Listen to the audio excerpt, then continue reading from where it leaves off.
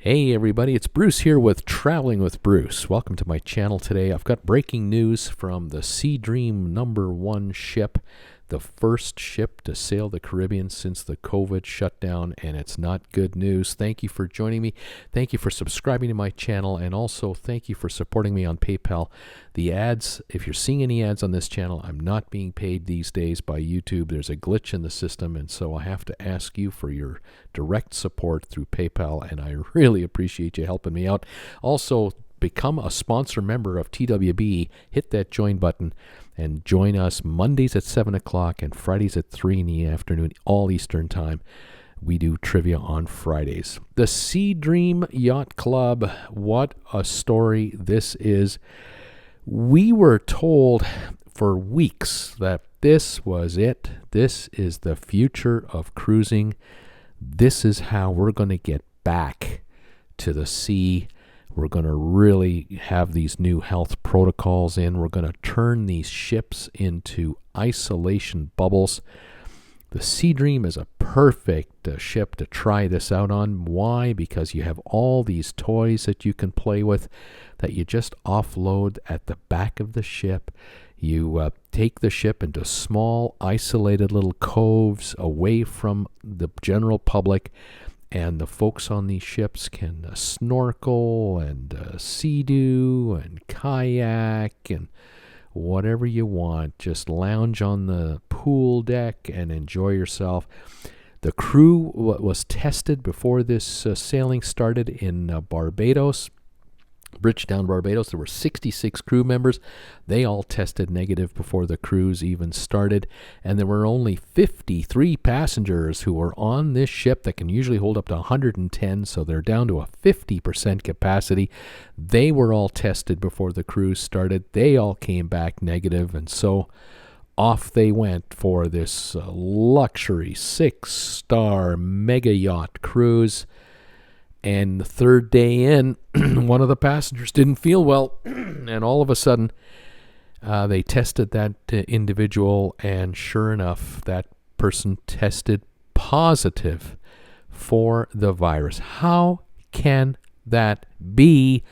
But false positives, false negatives are happening from time to time, and here is a passenger that seemingly fell through the cracks. The most unbelievable part of this story, in a way, is that once everyone was on board the ship, crew and passengers alike, no one wore masks on board the ship. It's like the virus didn't exist anymore. We don't have to take any cautions or precautions.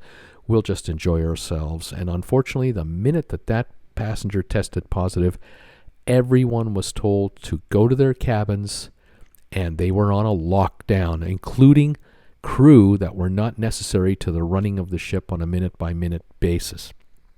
The ship immediately turned back to its home port, which is Bridgetown, Barbados.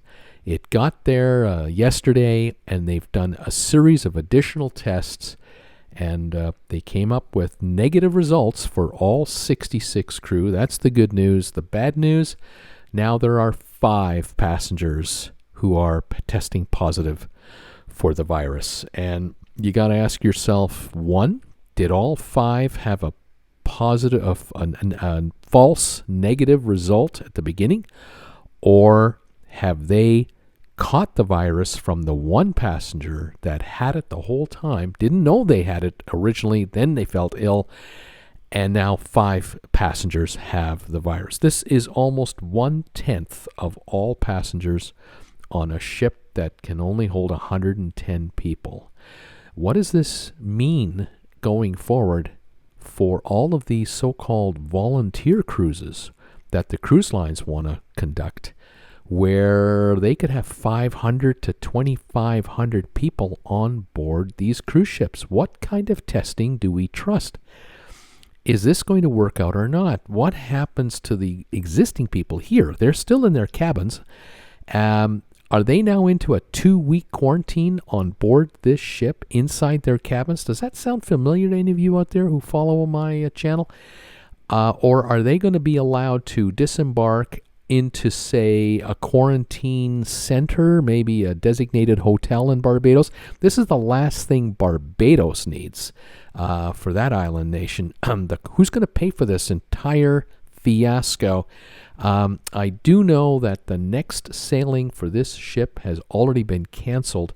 It was supposed to depart on the 14th of November, tomorrow, and so the ship is in effect available to be a quarantine center, like it or not, for at least another sailing. But if it's a mandatory 2-week quarantine, will the passengers be forced to stay on board the ship, or will they be transported to an onshore facility? The story goes that when everyone got on board this ship, and there are a lot of media on board the ship, by the way. Of the 55 passengers, there are a number of YouTubers. I know Ben and David are on here.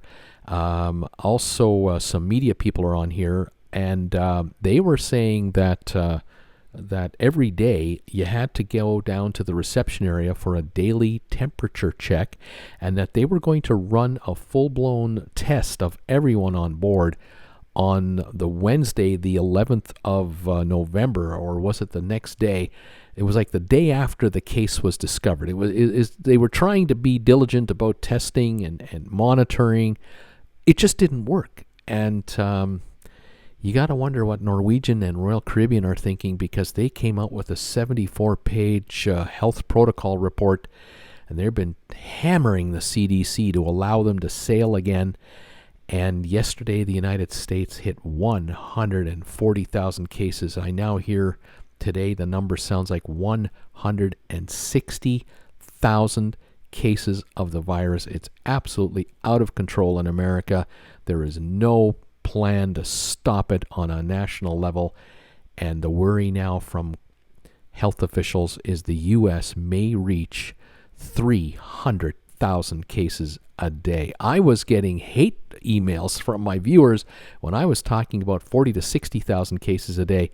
Now it could be 300,000 a day. How in the world can any of these cruise ships safely sail in and out of U.S. ports without people possibly getting caught with this virus? It is absolutely unbelievable. It's really unfortunate that the SeaDream, a 6-star cruise line with impeccable service, wonderful amenities, this slipped right through their fingers with only 55 passengers, or 53 passengers, to have 5 of 53 test positive within 4 days of the beginning of a cruise. It's really sad, but it shows, I hope, all of us just how nasty and sinister this virus really is. This virus doesn't care how wealthy you are, whether you're on a $400 1-week cruise or a $4,000 1-week cruise.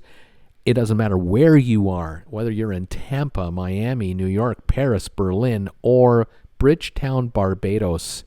The virus is everywhere. It's ready to strike at a moment's notice. It just needs a willing host.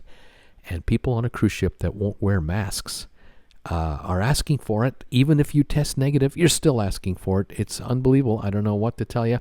We'll stay on top of this story. I'm sorry to be such a Debbie Downer about it, but the fact is that almost 10% of the passengers in 4 days have been infected with this virus. God forbid this was a ship with 2,000 people on it. I don't know how bad it could have gotten.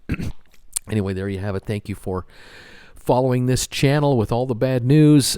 Thanks again for PayPal assistance and subscribing. We'll stay on top of these stories as we always do. Thank you, everybody. Bye for now.